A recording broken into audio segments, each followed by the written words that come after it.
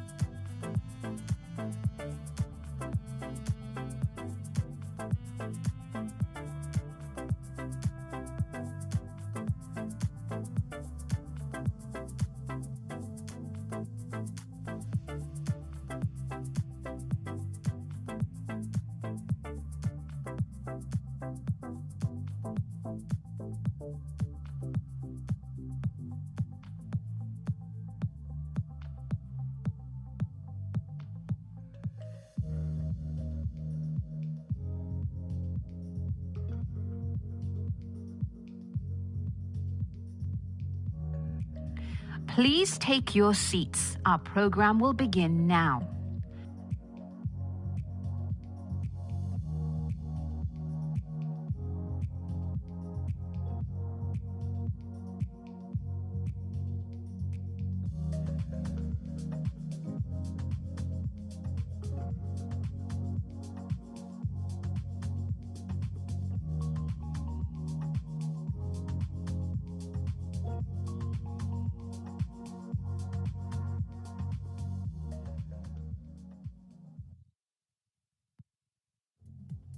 Please welcome to the stage K1 Ha, Senior Global Business Reporter, Bloomberg.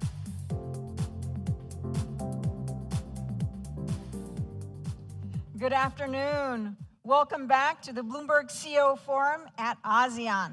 Great that you're still here with us. We've heard a lot already about what we're doing now to secure the future for tomorrow. But really, who's going to be living in that future? Indonesia, of course, enjoys a massive demographic dividend, but other countries certainly here are not as lucky. And aging populations is a huge concern. So let's look to that ASEAN future now and the aspirations, trends, and challenges that's going to be shaping it. But first, a bit of housekeeping, please.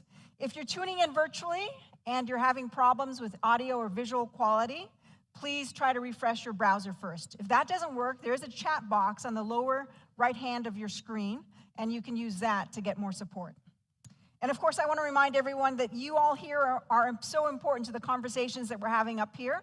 So please scan your QR code. If you see a poll, or here the QR code will also be on the screen. And you can also use that QR code as well to send questions to our moderators as well. And finally, please join the conversation online and engage with us on social media. You can use the hashtag BBGASEAN. So please, let's get settled and let's get started.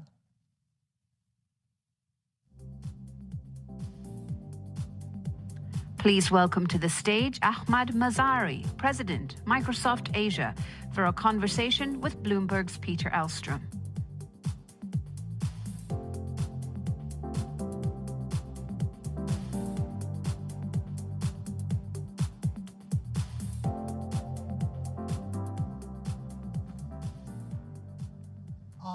Good afternoon, everybody. Thank you for that introduction, Juan. We've had quite a day of discussions already. We've talked about green energy, we've talked about oil and gas, we've talked about economic opportunities. One of my favorite questions was trying to get the moderators to pick their favorite country in Southeast Asia. Now we're going to turn the tables slightly, and we're going to look at artificial intelligence. Probably the hottest technology right now in the industry, certainly the talk of Silicon Valley and Asia together, and we have the perfect guest here to talk about it. Ahmed runs Microsoft Asia, and in that role, he is helping to apply a lot of artificial intelligence along with other technologies to what companies and individuals are doing here in Asia. And I want to begin by talking a little bit about how Microsoft ended up being in the place that it is right now. There was a Fast Company profile recently of the CEO, Satya Nadella, where they explained that Microsoft, sort of unlikely, is now perhaps the hottest company in technology. Much of this is driven by the fact that Microsoft struck a deal in January to put $10 billion into OpenAI, the company behind ChatGPT, and with that deal comes all sorts of advantages for Microsoft. So I'd love to begin by asking you, help us understand what the deal with OpenAI is about and what it means for Microsoft and perhaps more importantly, the customers of Microsoft. Yeah, thank you, Peter. Great to be here with you. Great to be here with the audience and in Indonesia, importantly, as the president of ASEAN Indo-Pacific for the term, having just wrapped up the presidency of G20. So congratulations to the government of Indonesia and the Indonesians. I think you rightly point out, and that article does cover the fact that it isn't as if we began press announcements in February because we got excited about something. It goes back to 2017. And in 2017, Microsoft had 5,000 engineers on AI. And it was about the time that OpenAI was being formed as a not-for-profit organization. And shortly afterwards, we added 3,000 more engineers into AI, and we created research, which then started to work with OpenAI. So it's been in the works for the last, call it short of just a decade. And we've been working on many AI pivots, but most critically on ensuring responsibility of the product, of the technology and the platform, most importantly, having accountability. And therefore, our AI principles on AI go back to 2017. We were fortunate to partner with an innovative platform like OpenAI. And what we're now seeing is our ability to actually enable our customers, our partners, and governments to start doing proofs of concept. I wouldn't say the technology is at scale today, but has the highest potential to impact at scale. I see. I think people obviously paid a lot of attention to ChatGPT and the applications of ChatGPT. I have 2 teenagers. The first thing they tried to figure out is how it could help them take shortcuts in homework. I'm sure the applications for Microsoft and OpenAI are much more serious than that. So talk about how you as a company and with OpenAI, how you go about trying to make the technology real for those customers that you have. That's a fantastic question, and maybe I expand where we're here in Indonesia, and I go probably outwards if that's okay with you. I'll begin with the contiguous situation that you just described, which is how do you get shortcuts? So, and I think about it as massive productivity. So with the Ministry of Education in Indonesia, we worked with them for Azure OpenAI to help create exam question papers, which is time-consuming, a tad bit sometimes boring, sometimes not very ingenious in what we ask. And what this does is accelerate outcomes, create immense capacity in the teaching system, and bring innovation to how students are being assessed. Again, closer to home, there's an AI-based startup called Jejak.in that is in carbon trading. And with AI, what they have the potential to do is actually map 120 million hectares of agricultural land in Indonesia, which was humanly impossible, but even in the past, technologically limiting. But with AI, they're able to progress into identifying patches of land where more trees can be planted. Essentially, they have the potential to offer up to 28 billion tons of carbon credit on a platform in the future. So let's expand our view now. Let's go beyond Indonesia, where we're sitting. I was in India last week, and one of the e-retailers, and India is also driving very high innovation in the digital platform area. They have gone to refreshing their product stack on their browsers from every few days to 3 times a day. And what that has done, it's created an 8% uptick in their ability to sell more. A travel company in Asia is helping curate conversational holidays. So essentially what we've been able to do with our customers and partners, Peter, is move from static product search to conversational search. So you can literally go in and say, I have a budget of, I want to go to the ocean, by the ocean, I want this kind of temperature, so much of flying, and it'll curate an itinerary for you.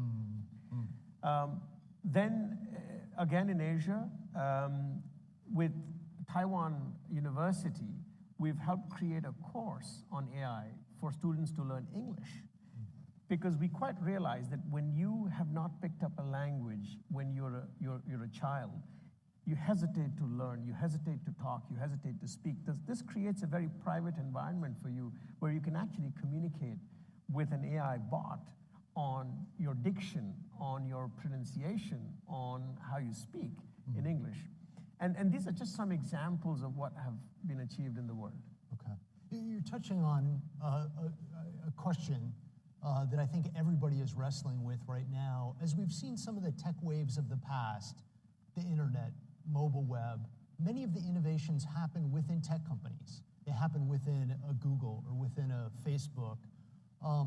With AI, it seems like the innovation spills beyond the boundaries of the tech industry, and it's happening in many other industries, including healthcare, natural resources, as you mentioned. Finance is probably another big application area. You guys are sitting at the heart of this. Where do you see the industries being most impacted by AI at this point? Yeah, and perhaps, Peter, there are two sections contiguous in what you asked. The first being, we are a very strong platform for helping innovation.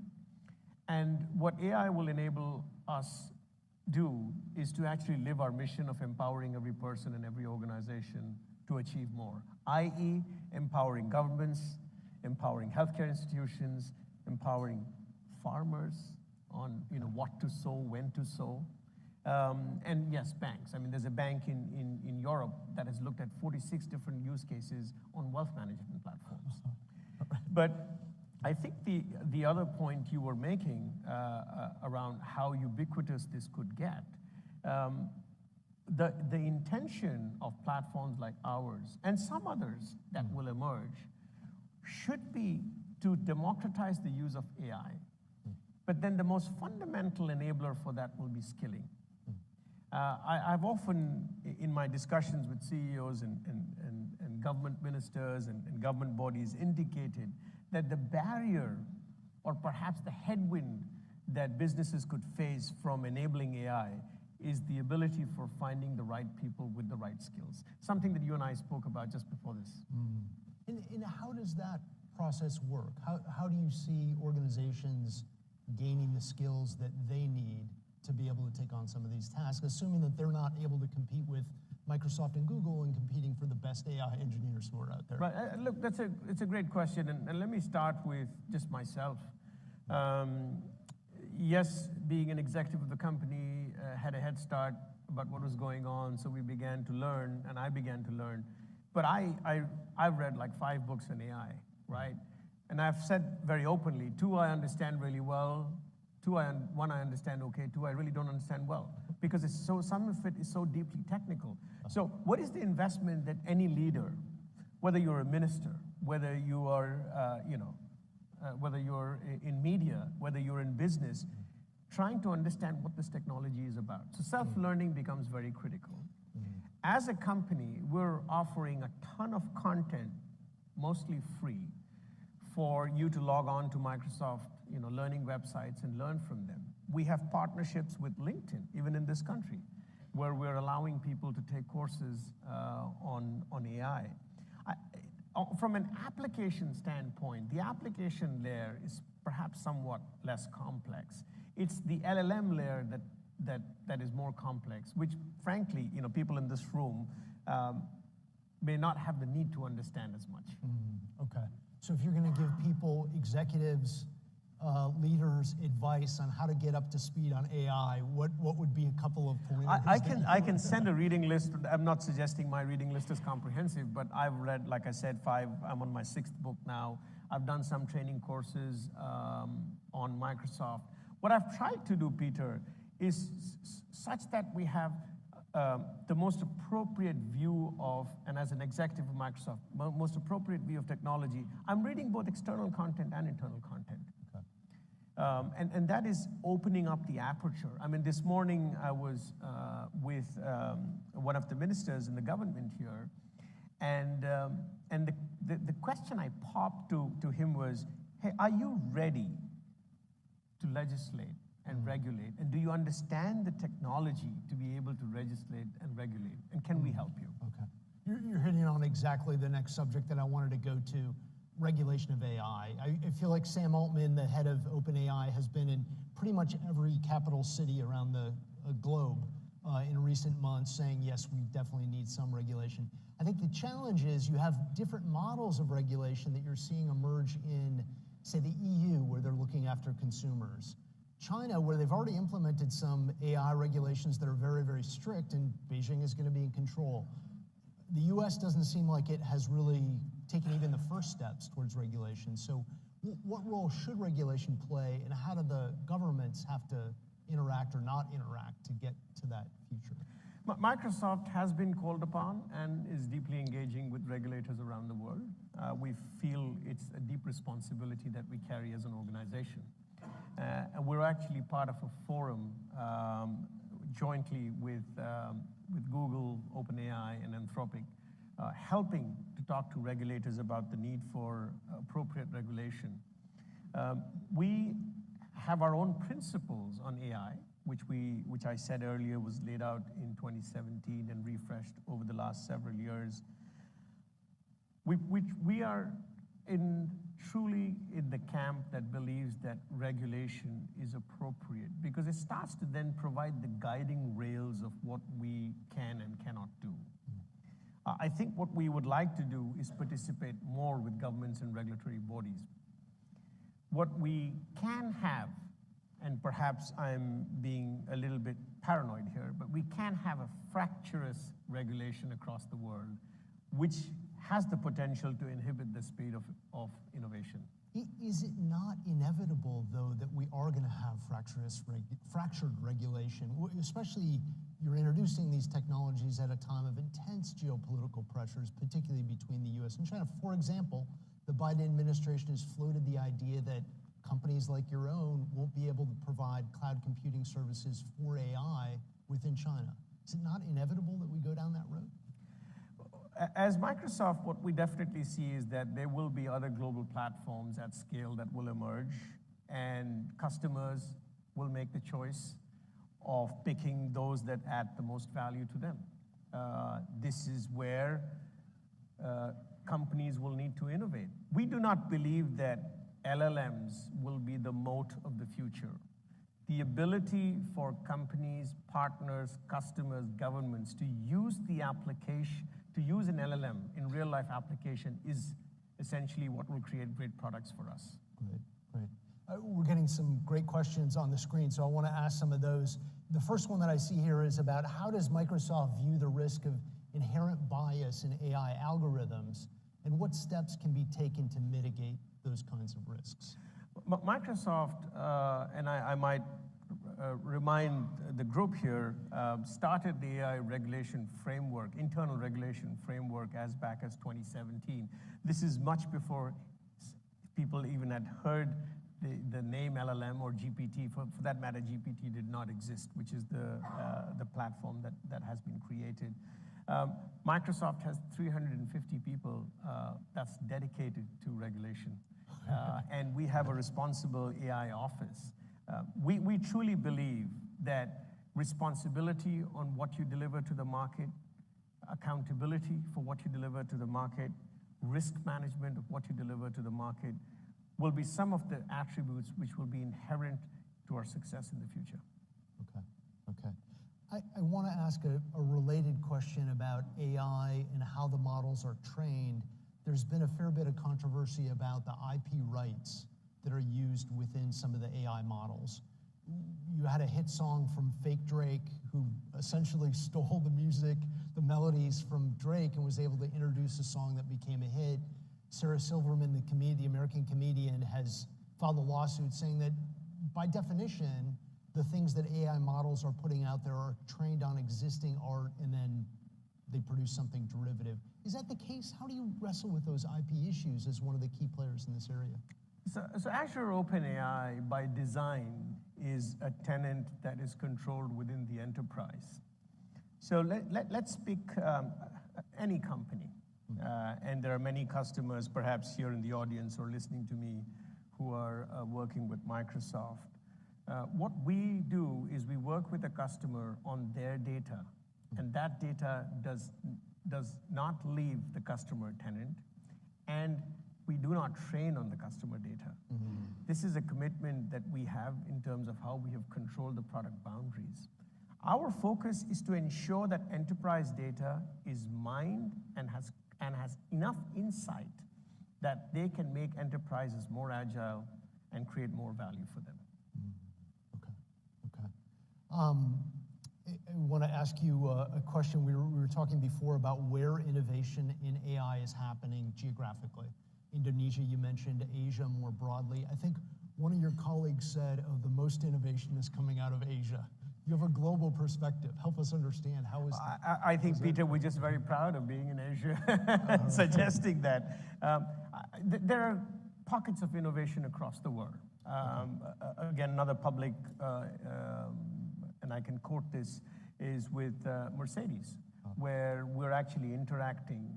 Our Azure OpenAI service interacts with the car. And so you basically move away from any human distraction on search to a voice-to-text search engine. And that's all driven by human AI. I will share with you another example, which is human-to-text, which is a very amazing example. So there is this, and we spoke about it early in the year. This is an example where a farmer in rural India picks a WhatsApp in a vernacular language, asks a question, voice question, about a subsidy program in agriculture that then gets converted into text. The text then uses AI algorithms and LLMs to search all the subsidies available. It then brings that back into voice, converts it into the vernacular, and is available back on WhatsApp. That is the power of AI. I see. Okay. You mentioned one other example earlier where you talked about a Netflix rival and how they were able to navigate scripts. Could you talk about that in the entertainment? Yeah, in the entertainment media industry, this is a very powerful example. I'm not sharing the name because the name is we've not publicly disclosed it, but I can share the contours of it. It's fascinating. They're able to create replication of potential scenes.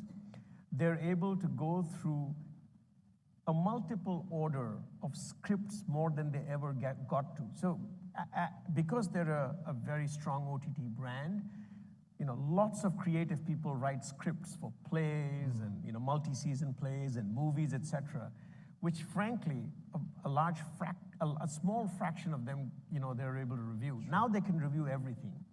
They can then use those models to then help identify who would be the right actor and have the highest rate of success. They can actually do trials virtually of production schedules.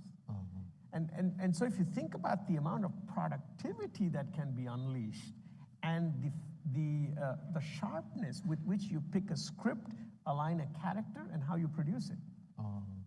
That's great. That's great. I want to take the last couple minutes to talk about leadership.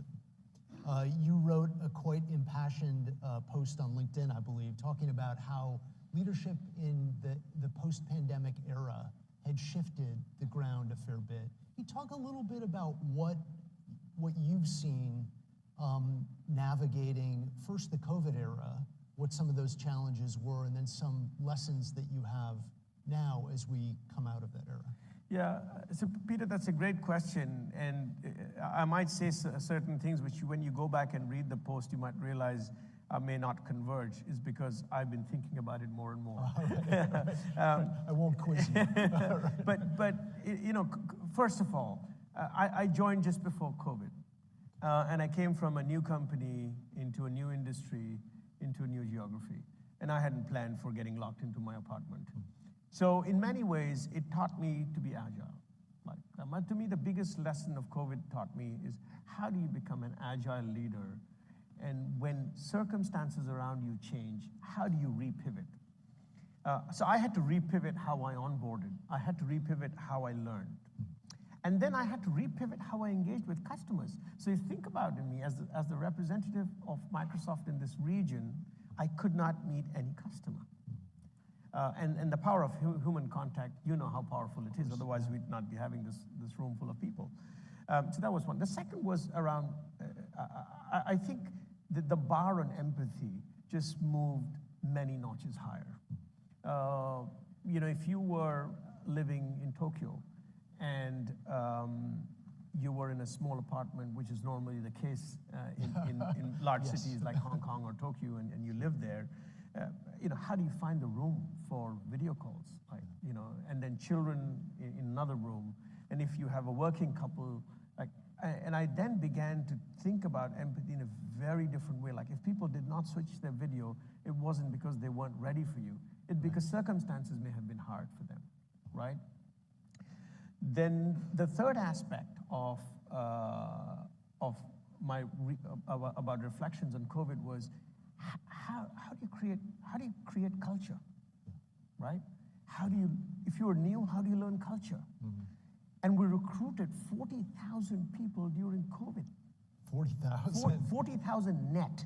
Okay. 56,000 gross people. You have to teach them about Microsoft. How do you teach them about Microsoft? How do you teach them about, the feeling of Microsoft that you only get when you connect with people?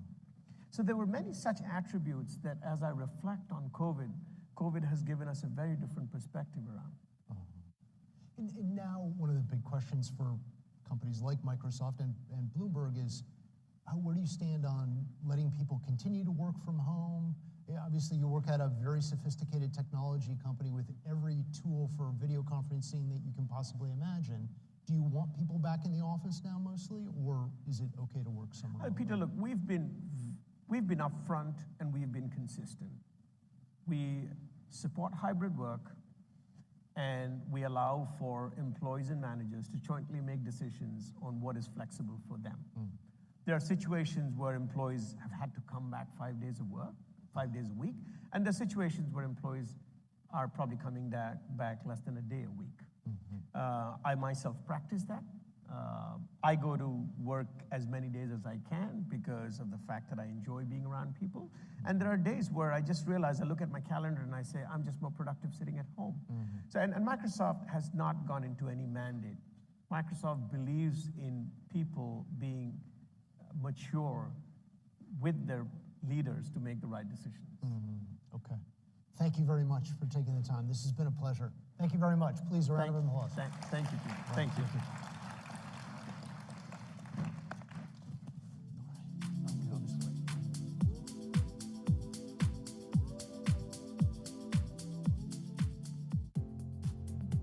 Please welcome to the stage Samarth Bansal, Vice President, New Business Development, NIAM, Tessa Wijaya, Co-founder and Chief Operations Officer, Xendit, and Kai Wu, Group Chief Revenue Officer and APAC General Manager, Air Wallex, for a conversation with Bloomberg's Claire Jiao.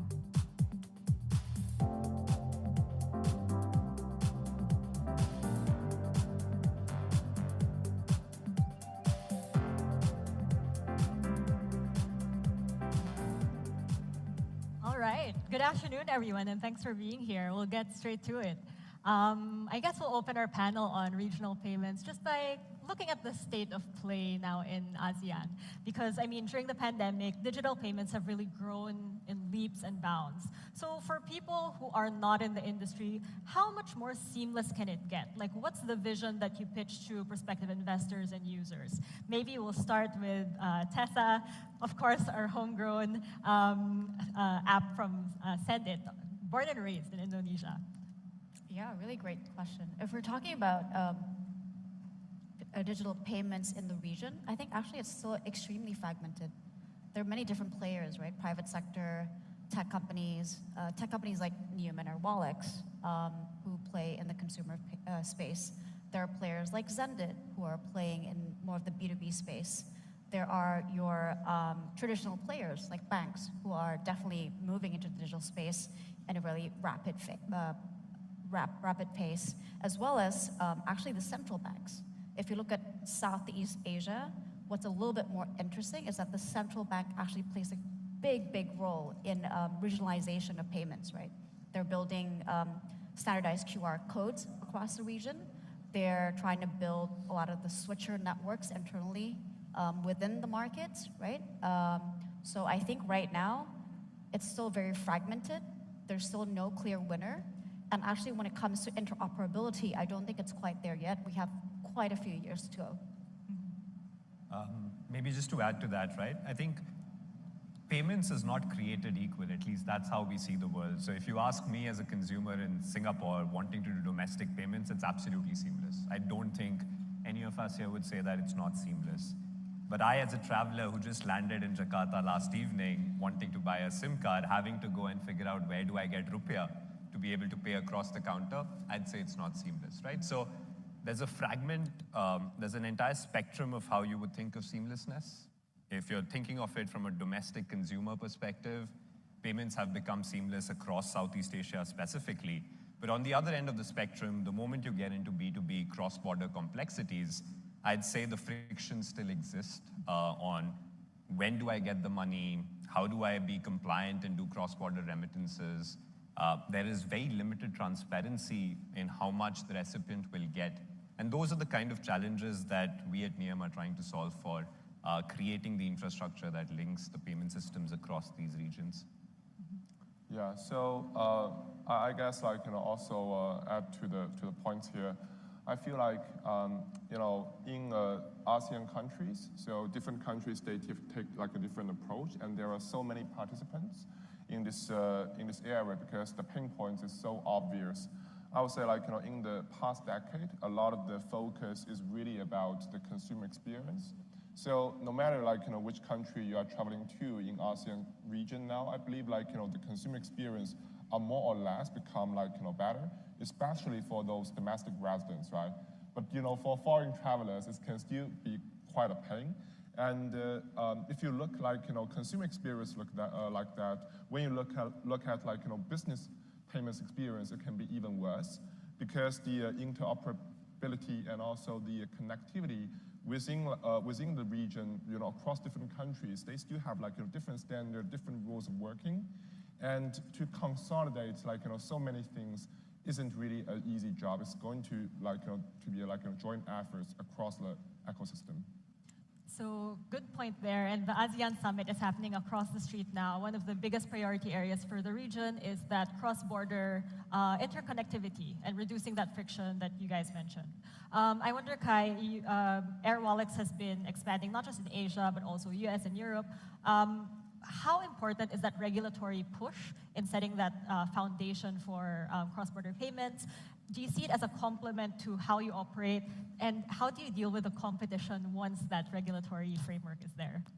Yeah, I would say the regulatory push and also the inter-country kind of cooperation is very essential to really push the connectivity or the seamless user experience, especially for the business payments.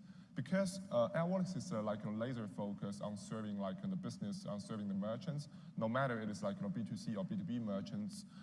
So here using Europe as an example, right? So we know Europe has a clearing system SEPA, and with that and also kind of euro as a single currency in multiple kind of countries in Europe, actually, of course, the payments become much easier because you have a single rule of the clearing. You know, what is the standard the messaging system look like. And if you look at ASEAN, I know, and also the business nature in ASEAN is a bit similar to Europe because a lot of those business is natively cross-border, right? You cannot imagine a merchant just very much focused on local business, especially for those online merchants. They are day one cross-border, day one global. So how to help those merchants to expand globally? While in ASEAN countries, you might be able to count 100 local payment methods, if not even more. And also you have so many kind of banking systems to integrate, and then you also have so many kind of card schemes in the region. So Air Wallets is helping connecting those dots in helping them. So for example, there are a very typical use case where we see those small businesses, they need to pay out to different countries in ASEAN. So those are typically small value, but high frequency payouts. And this is something that not really facilitated by the traditional banking system because the cost of processing those payments for banking is very, very high. And this is how fintech work, right? And on the paying side, as another example, is as I said, so many kind of different payment methods for you to connect. If for a business, they need to connect those payment methods one by one, then they just cannot really do the businesses. So this is how we can help and how we together can help with the merchants. Yeah. So maybe just to add to that, right? So I think when you think of interconnectivity, at least from an outside-in perspective, the way we think of it is it's improving the infrastructure as a whole. Whenever you start reducing friction on payments infrastructure, you start seeing new use cases come up. So day before yesterday, I sent less than $4 to a colleague here in Indonesia because we were pooling together to get a gift. Even 6 years back, that's not a possibility that we could think of. I would have to go to the bank, do a $4 transaction, send a wire cross-border. The fees itself would have made that transaction unsustainable. Would have been more than right? $4. Exactly. I would not have been able to do that. So I think it's amazing to see the infrastructure start to be laid out by governments, them realizing that this needs to be solved for. We'll start seeing more and more use cases increase. We'll start seeing more and more B2B, B2C cross-border flows happening because that friction has come down. And as a result of which, we'll see the expansion of the global economy around cross-border payments. So that's how it helps complement the business that all of us are here in and ensuring that cross-border payments go through seamlessly. And then the second aspect of this is also the fact that as you start layering out these infrastructures, as you start thinking of what happens next, that's where we're at the vanguard of defining the new use cases, right? So think of fintechs as the accelerants, as the catalysts for what are the use cases that we can help make possible. To Kai's point, an e-commerce merchant for a very long time would have just gone live with cards on checkout and was expecting to do amazing business in Southeast Asia and in Latin America, etc. But very quickly realizes that, hey, I need Pix in Brazil, I need UPI in India, I need some of these local payment methods in Southeast Asia. And without those, I don't have a multi-country e-commerce business, right? And so those are the kind of payment challenges that we at Niem are solving for in saying, hey, this is where the world needs to get to. This is where our clients are asking us to be. So we act as the accelerant, and then the bank, the legacy infrastructure, the government start thinking of those use cases from a more secular perspective and then saying, how do we build these connectivities in? So we definitely see it as a big enabler for our business. We definitely see this increasing the pie that we have to play in.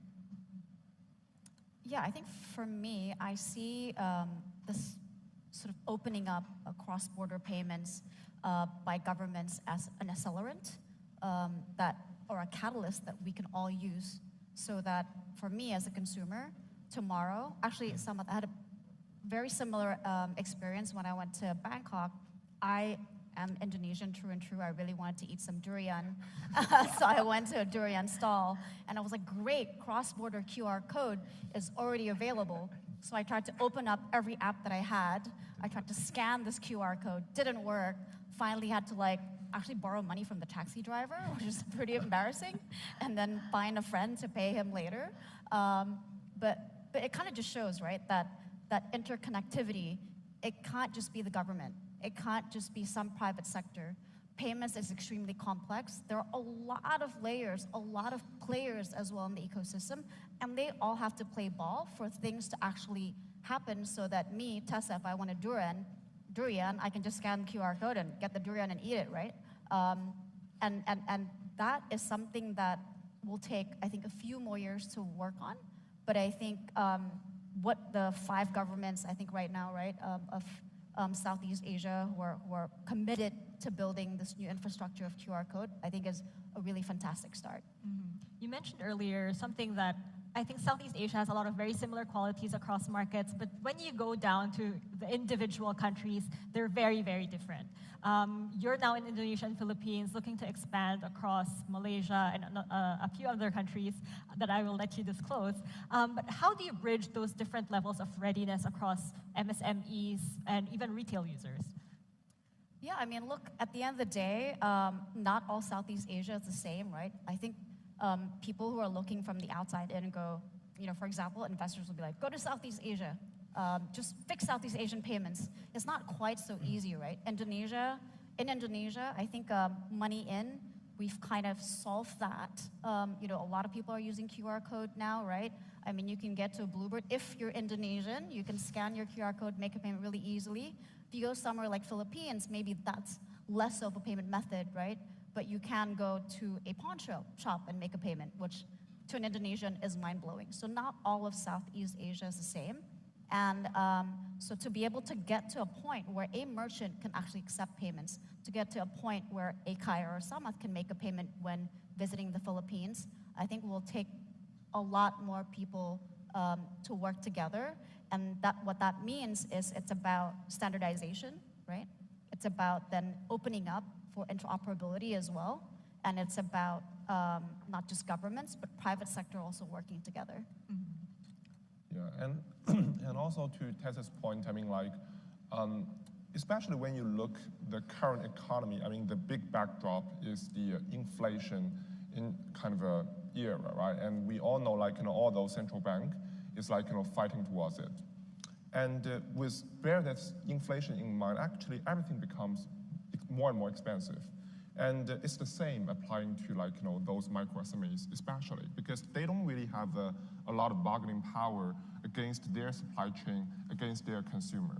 So as a kind of a fintech player and solving the global payments, what we are trying to do, or really, really focus now, is about, like, lowering or reducing the total cost of ownership for the merchants.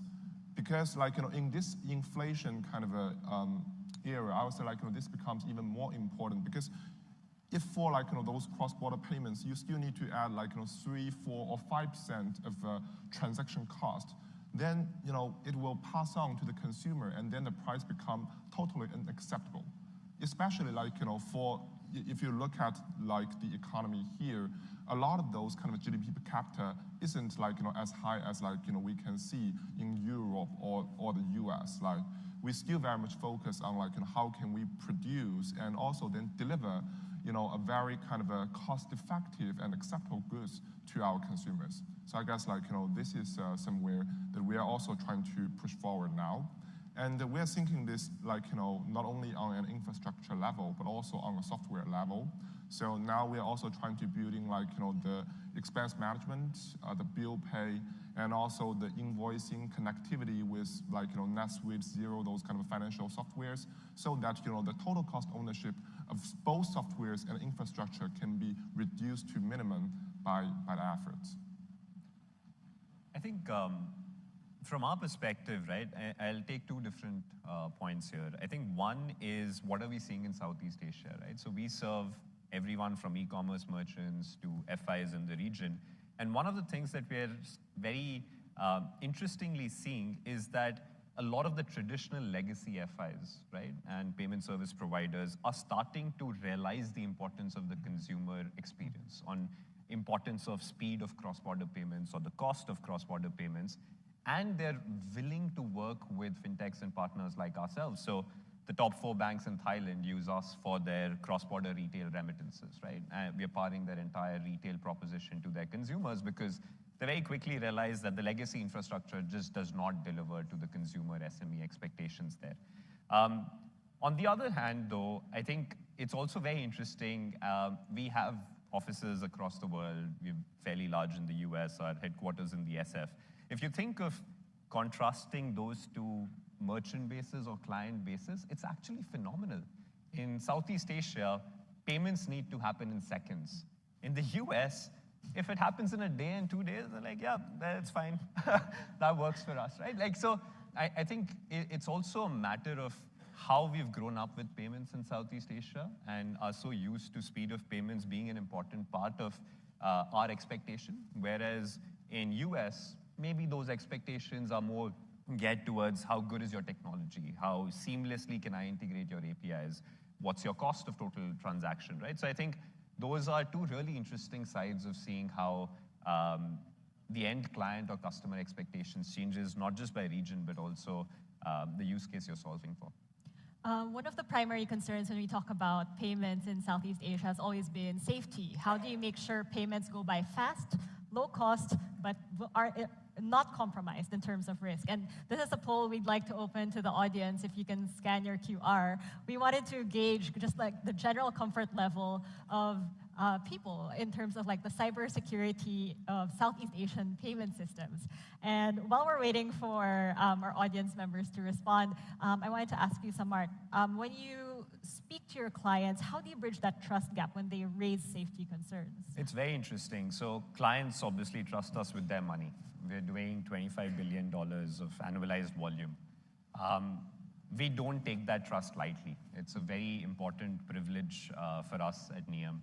And the way that we've done it, especially in the B2B space, is that it essentially boils down to three things that we try and solve for our clients, right, in the B2B payment space.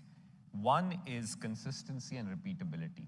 If you're able to give the client the same experience day in and day out, right? If they come and do a transaction from Singapore to do a payout across their entire workforce in, let's say, multiple countries, and they repeat that and we give them that same consistent experience, that builds trust, right?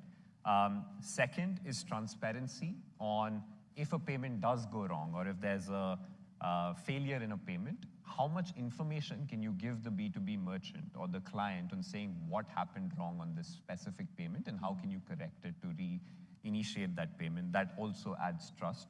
But probably most importantly, we work very closely with regulators, right? So we work with the MAS. In fact, we're one of the few fintechs that has direct connectivity into Fast and Pay Now. We continue working with regulators all over the world to help understand what are the use cases today, what are the trends today, as well as what are the trends that we believe will become very important in the near future and the risks that come with it, how can we help solve for them? A very interesting example is we've started driving a fair bit of cross-border payouts for payroll companies, right? So companies that help you solve for payments to gig economy workers and others across multiple regions. And imagine we are helping them disperse salaries into the end recipient's bank accounts. We cannot be late in doing that. It's a critical payment that needs to happen. I can also not say, I don't know how much the recipient will get, right? We need to be guaranteeing how much money the recipient will get. The moment you're able to deliver on these two promises, there's a lot of trust that comes with it. Obviously, it's taken us 9 years to build this trust. It's not easy. You can't build it overnight. I wish I could say that it was some easy way of building this trust. There isn't, right? You have to go through all of the licenses you need to build. You need to build the right infrastructure. You need to have the right people in the right seats to be able to deliver on this trust. I think our first few results are coming in fairly, nearly half neutral in terms of like the cybersecurity of payment systems. 1/3 confident. Are you happy with those results or room for improvement? Definitely a lot of room for improvement. I think I'm actually very surprised because in Indonesia, I know e-wallets is a very well-used form of payments, right? And despite that, seeing people not being as confident in using digital payments is very interesting. And I wish I had comments here to understand what's driving that little bit of hesitancy in not using digital payments to better understand what are the reasons why the audience doesn't trust using digital payment systems. Look, I mean, from a Xendit perspective, right, we are a B2B player, so we help a lot of enterprise accept funds and send funds. So we have that luxury of looking at patterns, not just for one business, but for multiple businesses across Indonesia and now increasingly Southeast Asia. And I'm not surprised by these numbers because in Indonesia alone, for example, most of payments are still done either by bank transfer or QR code, which are all push. What this indicates is most of us are not comfortable to do things like input card numbers, even if we have a debit card, and to let somebody pull the payments from your account or from your card, right? Most people are still going, I'm going to take control of payments. I'm going to actually scan the QR code, and I'm going to say, yes, I will make this payment. And that, I think, actually reflects that most people are not confident in digital payment systems. So I think, to me, these numbers make sense. But if you think about it, players like NIAM, Xendit, Airwallex, obviously as digital payment players, security is utmost for us, right? We pride ourselves in speed and also in security of payments. And if you look at Southeast Asia, most of fraud does not occur by people breaking into our systems. Most of it is, I'm stealing this from somebody else in a different panel. What he said was, most fraud occurs because people tell a good story. Most fraud occurs because of social engineering. It's not because someone's breaking into your bank account, right? Most fraud is occurring because I'm going, hey, I've got a really great deal for you. You give me $100, and I'm gonna sell you this car for $10,000 instead of $50,000, maybe a Ferrari for $10,000. And people are like, awesome, I'm gonna do it. And that has nothing to do with any amount of tech. All of that is more to do with education, about financial literacy. And that, I think, is actually the bigger problem in Southeast Asia rather than cybersecurity. And also, to Tessa's point, right? So here, if we look at the number, if you look at that from the angle, like, net promoter score, it is really not very positive. I guess, like, it also has a lot to do with, like, kind of the history of the existence of the digital payment in the region and also across the countries in ASEAN. Using an example like PayPal, right? So at day one, when it's established about 20 years ago, it wasn't at the scale of current status. It also built a trust with the consumers and also with the merchants bit by bit. So I would say first of all, it does take time, so we need a bit more patience.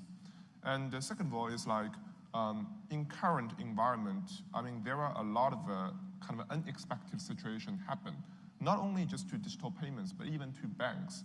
If we remember, just 4 or 5 months ago, what happened to Silicon Valley Bank, right? It's a bank of more than 100 billion assets. And, it just kind of encounter a solvency issue overnight. So I can understand at current environment why the consumers and also the businesses has to be a bit more kind of cautious about the payment methods, about the financial partners they're working with, because nowadays we do see a lot of unexpected situations. And last but not least, it's about also the service layer of I'll say a lot of digital payment now. Still we see we call it a thin layer, not the fat layer. Still a lot of digital payments, no matter it's a wallet or gateway, they are still doing processed payments.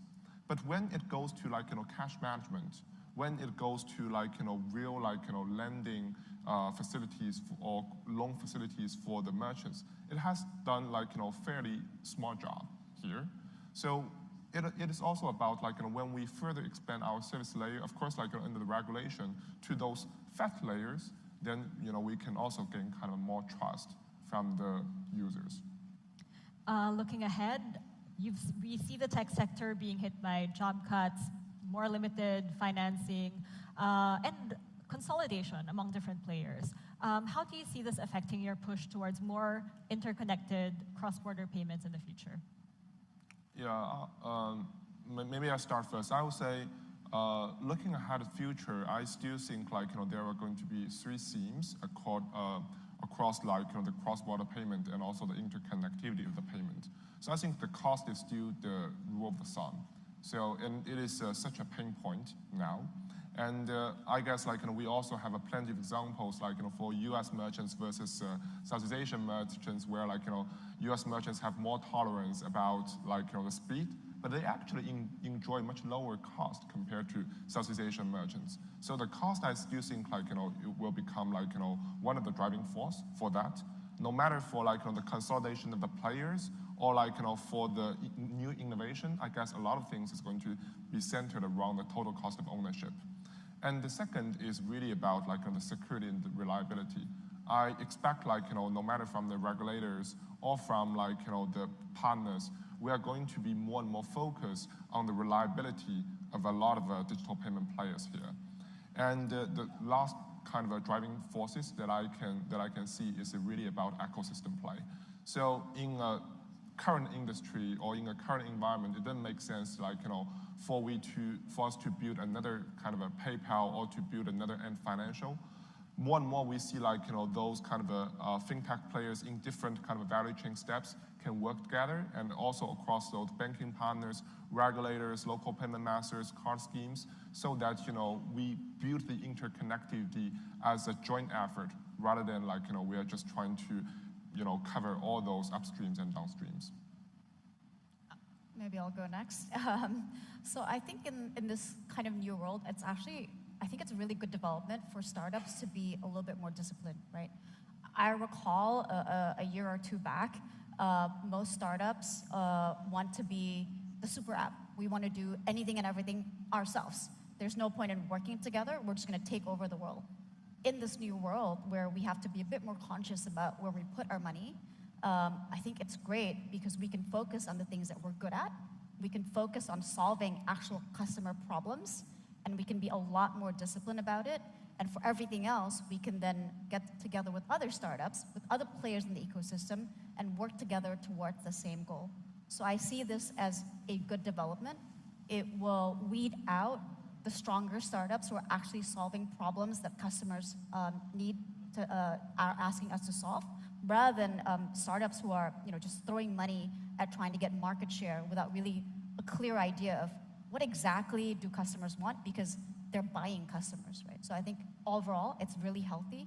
And I think in terms of cross-border payments for startups, it's still a very healthy landscape and a lot of good opportunities. And Samart, to add? I think we find this as an opportunity to continue to build, right? So we are actually just inaugurated an incubator in Singapore called Bolt, where, to Tessa's point, we're taking fintechs and startups who have identified a problem, who have identified, hey, here's our business model, and helping them with the mentorship and guidance to really make the most of a period like this. So 100% agreed that this is a period at which you put your head down, you focus, and you build on what your core capabilities are. So looking forward, we have startups becoming more disciplined, more laser-focused, regulators becoming more supportive, and consumers hopefully becoming more comfortable with digital payments. Very optimistic about the future in terms of interconnected payments, safe to say. Thank you, everyone, for the panel, and good afternoon. Thank you.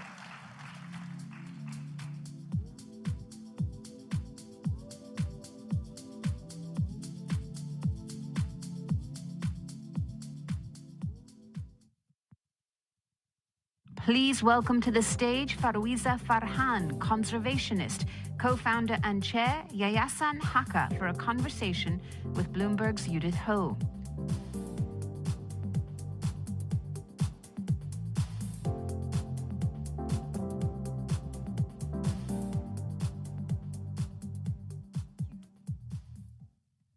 Thank you, Iza. Very delighted to speak with you.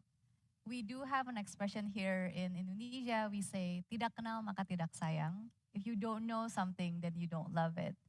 You have often said that the Loiser ecosystem that you're working hard to protect is just as important as the Amazon or the Congo Basin. Can you tell us more about why it's so important and what makes it so special? Okay. Let's go to the Loiser ecosystem for a moment. I want you to close your eyes and imagine a landscape full of big trees. It's rolling hills that would go from coast to coast, mangrove forests, top of the mountain, lowland forests. It's the last place on earth where the critically endangered Sumatran rhino, tiger, elephant, and orangutan still coexist in the wild. But for a lot of us, the Achenese, these wildlife are magical and important. They share our history, our folklores, our tales, but more than anything, the Loiser ecosystem gives us life. It gives us source of water. It gives us source of clean air. It's something that Jakarta might be able to relate today. The Loiser ecosystem is that life support system that is so crucial for almost every aspect of our life, and we take that for granted. It is also one of the last homes, as we know, for tigers and orangutans. Your work at Haka has taken you to courtrooms and also to the fields. But recently, there's been a shift in your work. You've become more collaborative, more constructive with the government, trying to help implement and trying to uphold the laws that are already existing. Can you tell us more about how that shift has happened?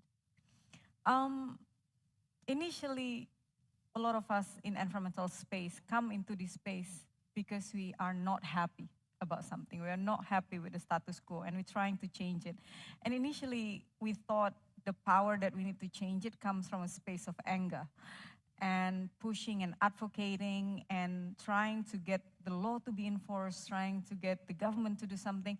But then we also realized that on the other side of the table, sitting in the government space, sitting in the private sector is also another human being with needs, another human being with limitations.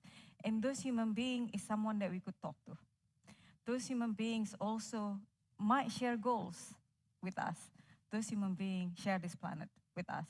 That get us to better understand that sometimes our protests need to come in a more gentle manner. What can we offer? How can we help? And when we approach the government with this perspective, okay, maybe you don't have enough data on deforestation, let us help you with that. Maybe you don't have the technical expertise to develop appropriate spatial plan for a landscape, let us help with that. Maybe you don't have access to people on the ground, the communities. Maybe you don't talk to them. Let us help with that. And that's essentially how the shift happens. And that's how we learn that we become a lot more effective when we take a more collaborative approach.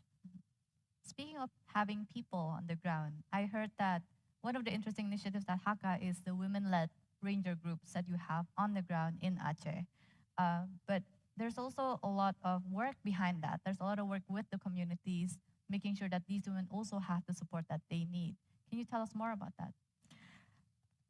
We like the idea of women empowerment, right? We like the idea of we come in and give women the power that they need to deliver the change in the community. But in reality, sometimes we fail to admit the situation where those women exist. Through our work with the community, we have failed on a whole lot of initiatives before we kickstart this woman-led ranger team. We thought we could come in and train a group of women to protect forests, and they would do that by default. In reality, we forget that this group of women exists within a nested community in the village where they continue to play multiple roles. So when initially the training comes, we thought, community have a seat at the table to prevent destructive activities from happening. They do have rights to attend meeting and reject a project from happening. But in reality, those rights are often not utilized. And the reason why, because it becomes so inaccessible for communities to understand the potential implications of exploitative activities. Because of that, they ended up dealing with the distractions after it happened. So when we initially trained the community to participate in environmental impact assessment, in paralegal, to begin demanding their rights, this community also learned the fact that they have power. But that power could only come when they are supported by the others. I have a joke that was told by one of the male in the community members. The last time I was in the field, I asked them, how do you feel now that your wife is sitting with the minister instead of you? And he said the funniest thing. He said, before my wife started patrolling, she have always cared for the environment. But back then, if we have meetings in the village, the woman would sit at the back and prepare food. But now, since they start patrolling and they start sharing panel with the minister, now the women argue in the meeting for a budget to patrol the forest. And that's a shift in the community that we did not expect. But somehow, by listening to their needs, listening to their wisdom, and enable and facilitate and co-create with them have enabled us to elevate everything that they already started. You've touched on a really interesting point here, which is that you really need the buy-in of the entire community. Especially in Indonesia, there's often a dilemma between lifting people out of poverty and conservation. And sometimes we even hear the government saying that conservation work cannot come at the expense of economic growth. You have been pretty vocal in saying that it's not an either or. It can actually be done in tandem. Would you like to talk more about that? There's a whole lot of one-liner campaign that say there is no planet B. There is no growth on a dead planet.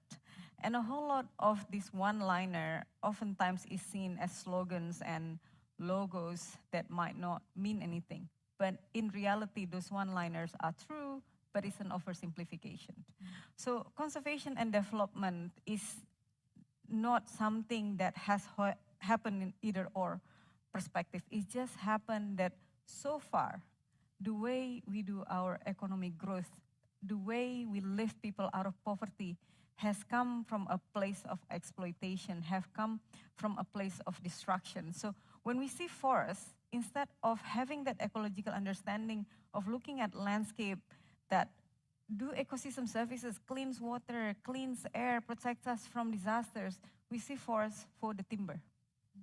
When we see forests for the timber, we choose to extract it, sell the timber, and then somehow lift people out of poverty out of that. But then the environmental consequences is something that, we essentially we can't fight it. We can't deny the fact that the earth functions the way it does, no matter we believe it or not. In the same way that we can't deny that gravity happens. We can't deny the fact that when deforestation takes place, in certain areas, natural disaster almost certainly will ensure. And those natural disasters come at a cost. If we look back into the economic system in the province where I work, in Aceh, people are quite familiar with 2004 tsunami. People are not so familiar with the floods in 2006 that wiped out the east coast of the province. The environmental cost of that flood happened for a week. The environmental costs in terms of infrastructure, destructions, loss of livelihoods, loss of homes, and other infrastructures was equal to the provincial budget for that year. But somehow the way we do our economics doesn't calculate and doesn't merge both into the same spreadsheet. And the same way that when we looked at the financial consequences of forest fires back in 2015, because the one that generate money out of engaging in these activities and the one that is taking the financial burden out of the forest fires are separate group of people. So sustainability is just good business. I do want to talk about the private sector. We do have in this room the business and financial leaders in Indonesia. Given you have basically bridged the gap between having a really good understanding of conservation, but also being able to work with companies on making sure that they also help protect the environment, what message do you want to say to the private sector in terms of what can they do more of to also help conserve ecosystems like the Loiser? I think we can take two different perspectives on this. On philosophical perspective, I think more of us need to be familiar with things like natural capitalism or the ecology of commerce. Those are concepts that has been popularized since way back in the 70s, but very few of us are familiar with this idea. And of course, a more recent one, circular economy systems. We need to start thinking about our businesses in a way that could regenerate nature.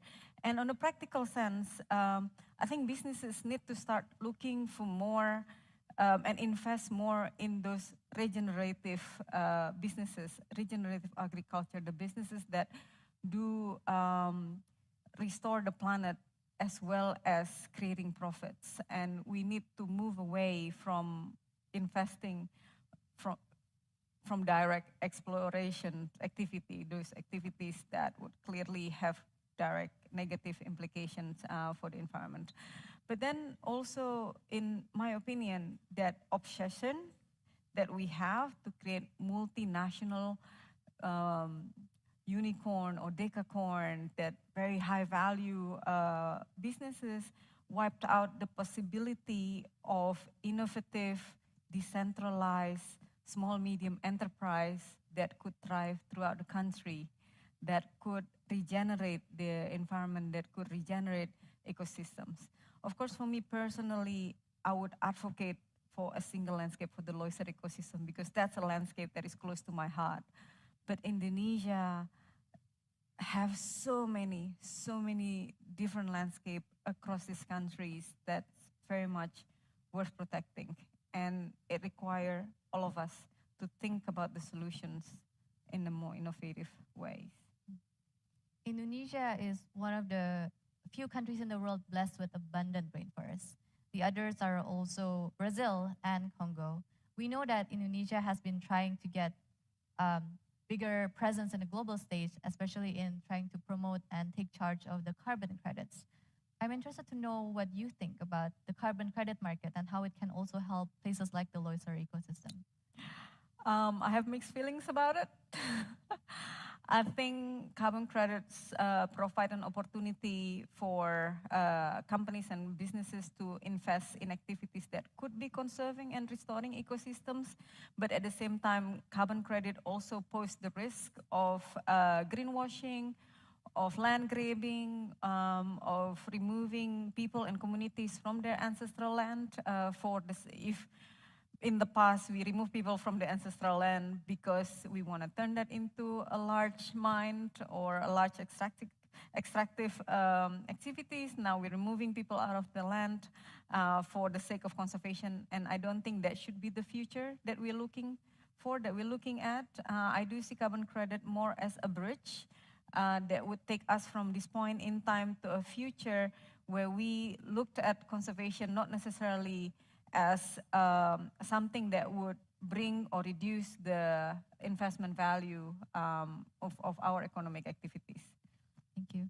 I would just like to close with one last question, and I hope maybe we can show a few pictures of the Loiser ecosystem for people to see. And it's sort of similar to the first question I had, which is what makes it so special, but I'm also curious to know your hopes for the Loiser ecosystem. It's close to your heart, it is your day's work.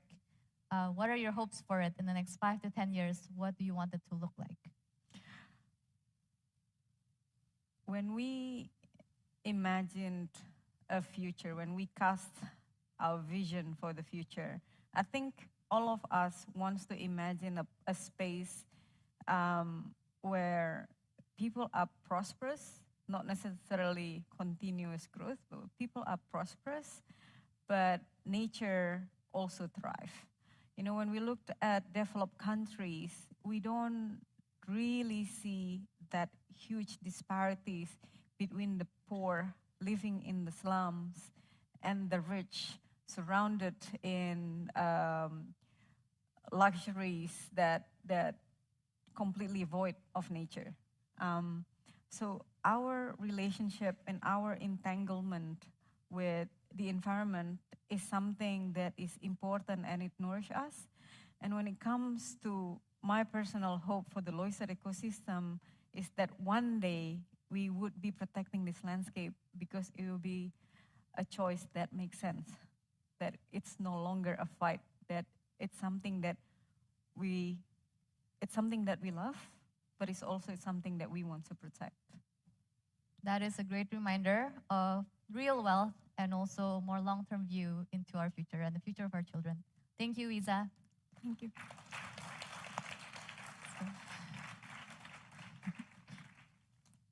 Thank you so much.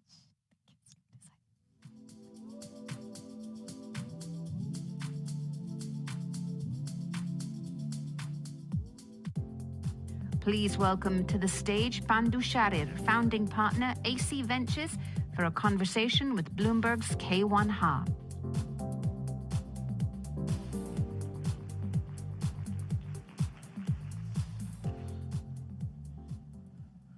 Thanks for joining us, Pandu.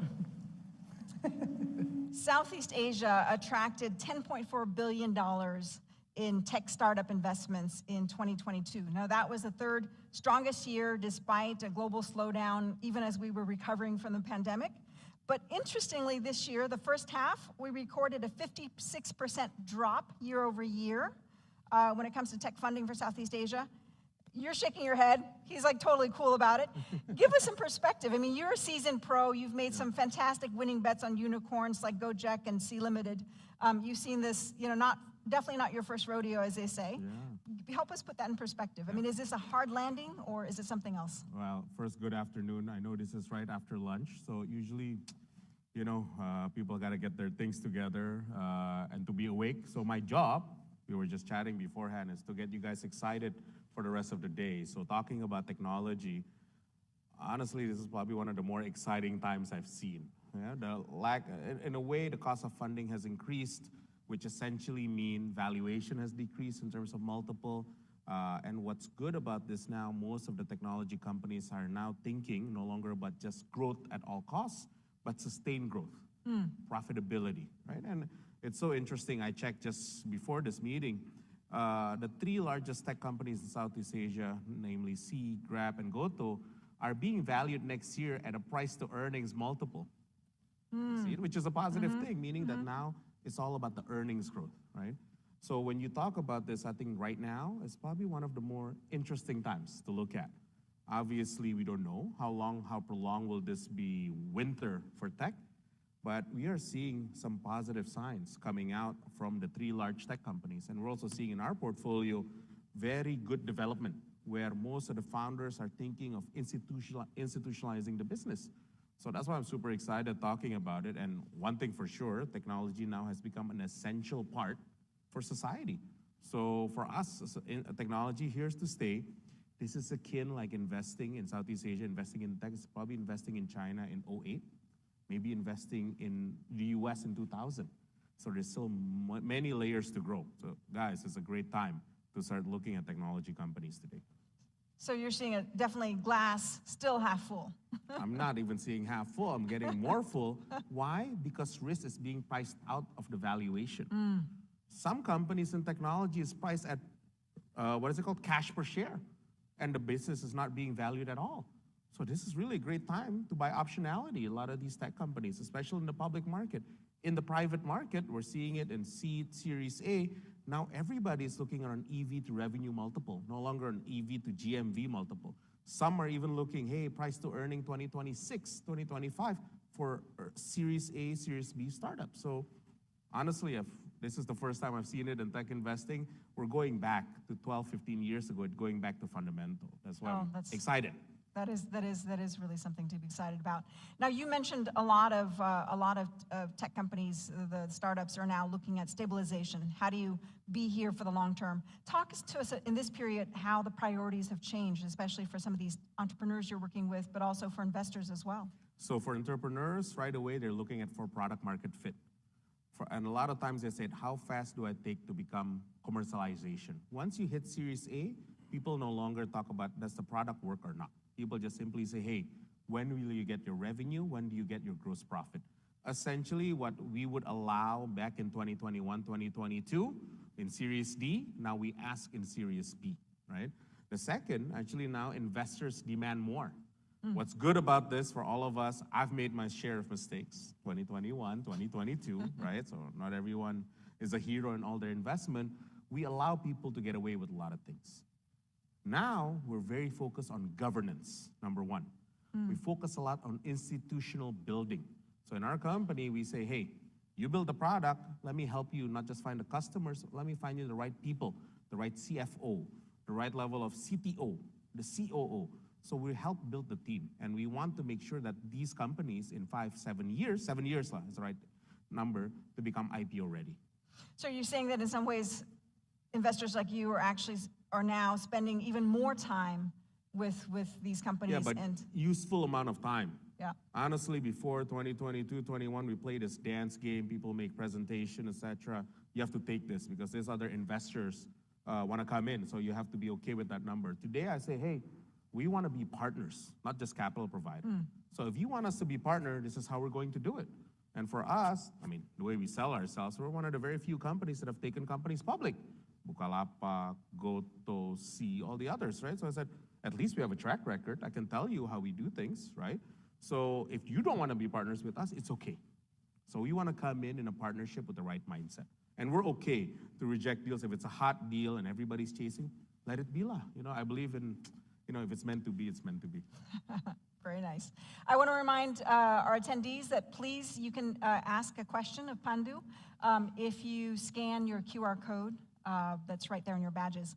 I want to ask you, in light of this, it also sounds like the horizon for investments, right? And the framework for doing things have also changed as well. How are you recalibrating and adjusting? So same, we work for our institutional clients, our limited partners. All they ask now is, where's your DPI? Give us back your capital, right? I mean, that's quite prevalent. And that's the service we have to do for our LLP. So when we can able to exit, we exit. What also is another interesting thing is now limited partners ask us up front, in all these investments, how are you thinking of exit? Really, how do you think about it? Is it really the public market?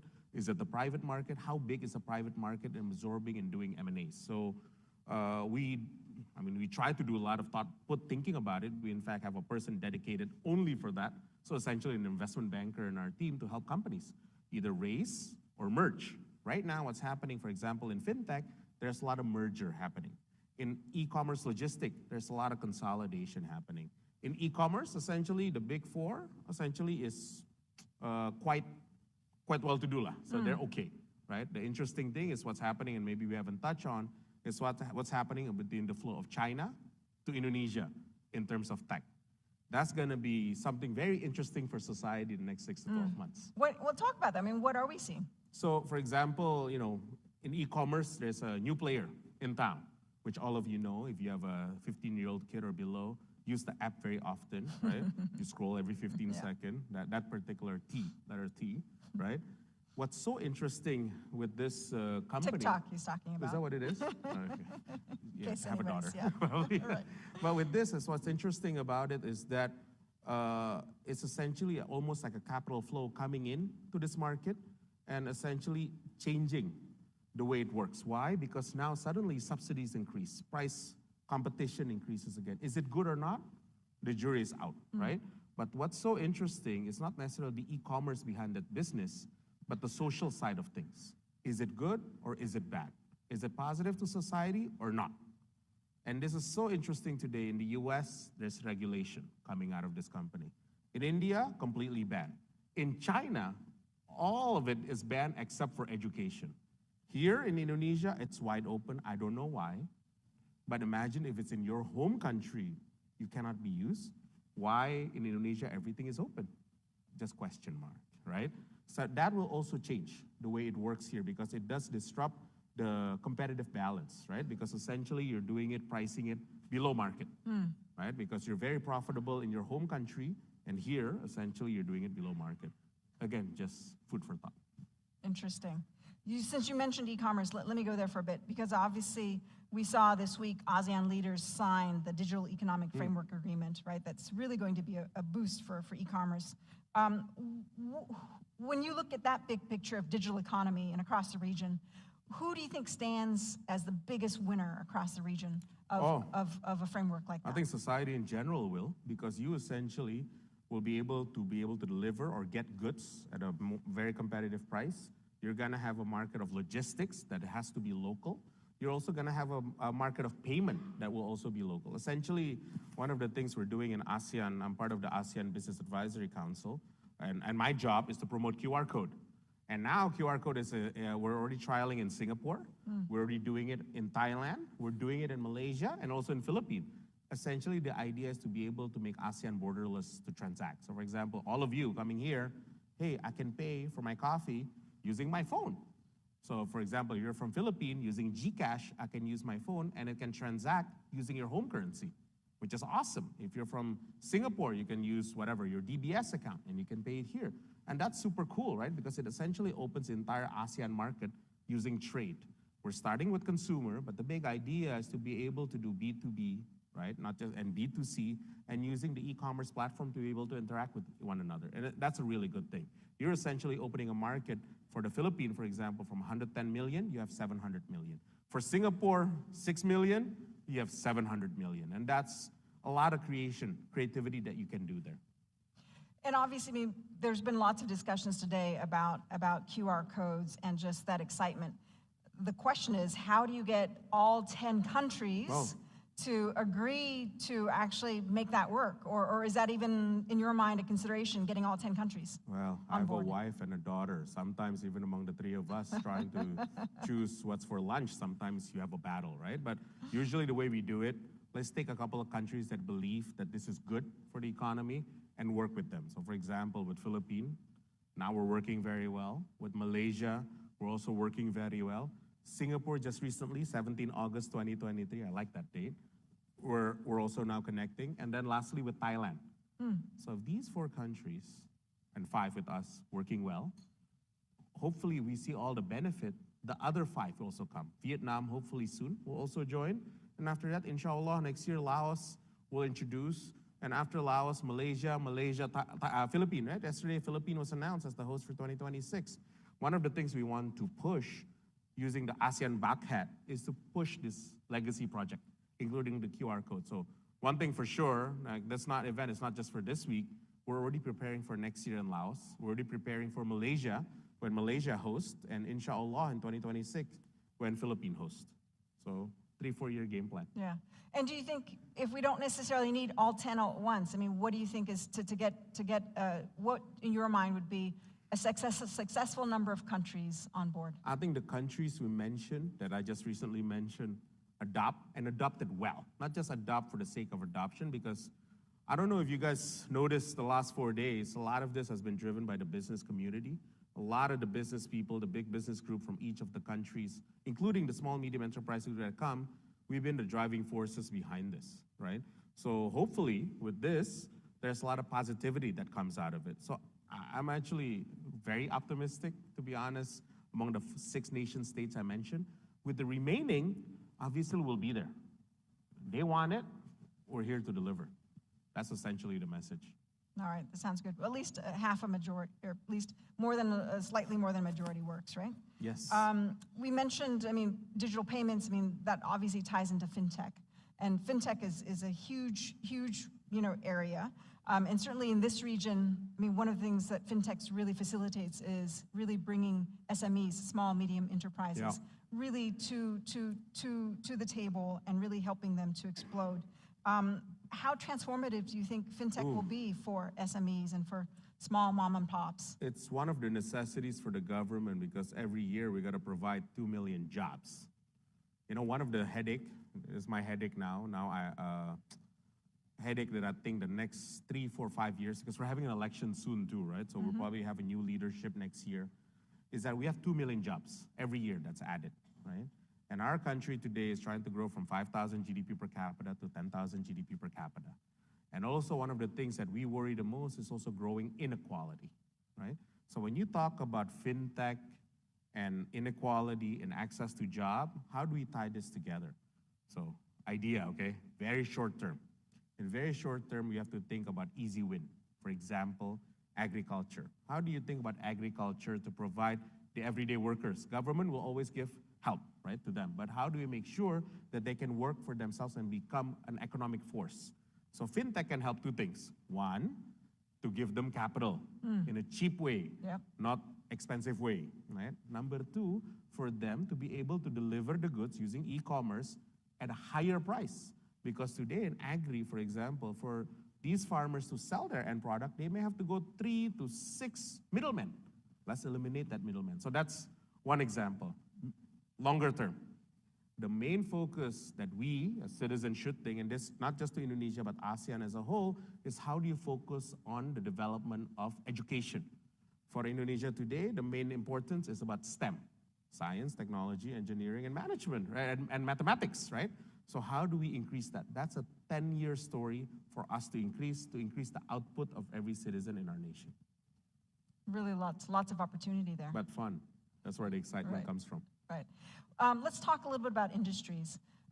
We've heard, I mean, since Indonesia is a chairman of ASEAN, we've heard Indonesia talk quite a bit about EVs. And for example, we had Minister Luhut this morning talk quite a bit about EVs as well. What's your take on EVs, and especially the tie-in with mining, for example, since you're you've got mining background there. Yeah, and, yeah, do have right? a mining And background a little bit. yeah, it's just a slight tad. And how does that play into whether or not that will benefit Southeast Asian, mines, for example, and opportunities to support the EV industry? So, the primary economy of us the past 20 years have been digging and sell. And that essentially is an extractive industry. And now we're being forced to get out of our comfort zone, and rightfully so, right? Is to be able to bring value added and value creation. So you go from mining, in this case it's nickel, right? From nickel, how do we develop nickel to become processing, all the way into battery, and at the end to B2C, which essentially is EV. This is just one example. There's going to be other materials that you can do downstream about. What's so interesting with this nickel, I'm sure you heard from Minister Luhut this morning, how that actually create trade flows with China that used to be negative, now positive, right? What's interesting, we haven't seen anything yet. Imagine what we can do with EV. The penetration in Indonesia is less than 0.1%. You want to talk two-wheeler, four-wheeler. We don't have three-wheeler. We used to have three-wheeler, no longer, right? The flipping point is 5%. I was just in Bangalore last week. India just recently touched 5%. In the last 1 year in India, the market for EV essentially grew 4x. I think it'll be soon. Indonesia, the next 5 years, will develop that level of trajectory. Once you reach 5, it's very fast to go to 20. Why is that? Because you need economies of scale. So there's a little bit of a chicken and egg problem, I guess that's the word for it. But between 0 to 5, you do need to work close with the government to push this agenda. The good thing, I don't know if you've seen Jakarta the last month or so, our air quality not so great, right? But as I said to the government too, hey, you can't do any worse because now, you're starting from the bottom, now we can only go up. Let's figure it out. One of the issues is about transportation. So this is a perfect time, right, for us to try to solve it together. It's not gonna be overnight. For China, it took about 7 years to solve it. For Indonesia, learning from everything that's going on in China and some in India, I think we can do it at least in the same time frame. So structurally, I'm positive. If you're an investor, the risk is always how fast is that adoption? Is it 10 years, 15 years? My view, it's gonna be faster than expected. Why? I'll give you 2 examples. E-commerce. E-commerce, is only took about 10, 12 years for people to adapt, right? 2000, now it's 2023, e-commerce is here to stay. Fintech only took about 6 years, from 2016, 17, and because of COVID, it explodes. I think EV will be quite similar, right? What's pushing it is actually quality of life, which is air quality. There's certainly lots of issues like that that are very, very pressing. But I want to ask you, pick your brain a little bit. If someone has $1 million to spare, for example, what would an ideal portfolio now look like? What should they be looking? How would you invest that $1 million? Wow, this is a tough question. Depending what your age is, I get asked this question a lot. If you're below 30, please invest in yourself. Invest in education, right? You can invest to become better, professional, just be really good. I always believe you start your career at 40 because you learn a lot, right? Between 30 to 40, essentially people pay you to do your job. 40, you start getting paid for what you know and who you know, right? Essentially that, right? And at 40, if you have to invest, probably invest some, no longer just about yourself. I'll probably invest some in stock of your business. I'm an entrepreneur, so I would double down everything on my own business. I'm not the type of person, let's put 20% in stocks, 10% in bond, etc. Invest in your business, invest in your career. But if you have enough, that 1 million is just to play, I put everything into the equity market today. Not even bond, because bond is being priced appropriately. The equity market, depending where, right? As for example, in Indonesia, you can find great values. So that's me, so All right, and specific sectors, segments that you'd be looking at? What I love today, technology is the market I love. It's just being mispriced in that sense. And essentially it's priced for horror. Priced as though there's no more technology. But I know for a full fact, the business is growing very well. So if I have to put my dollar, I'll probably weight it more toward technology, and it depends on your risk aversion, right? One thing I just have to highlight, invest in what you really know, please. Not what your friends tell you, but invest in what you really know. And have Bloomberg to help you too in terms of gathering that information. It's all on the terminal. Pandu Sjahrir, thank you so much for your time. Appreciate it. Thanks so much. Thank you. Thank you all for joining the Bloomberg Forum, CEO Forum here at ASEAN. It's been a fantastic day. Thank you for being such a fantastic audience. And I, of course, want to especially thank our moderators and speakers for their excellent program and work today. We also want to a big thank you to our sponsors for making this, of course, possible. Indonesia Deposit Insurance Corporation, LPS, thank you. As well as our other forum sponsors, IMC Pan Asia Alliance Group and Pertamina. If you'd like more information on our sponsors, please visit the Resources tab on our main website. And most of all, this has been a fantastic day. But it's not the end. Obviously, the discussions here on the stage are ending, but we hope that you will join us there for the breakout sessions where we have Nobel Prize economist Joseph Stiglitz on the role of the deposit insurer. That's in Ballroom 1. And on the second floor, we'll be discussing the Blue Halo S project. Please join us for those discussions. Have a great rest of your day.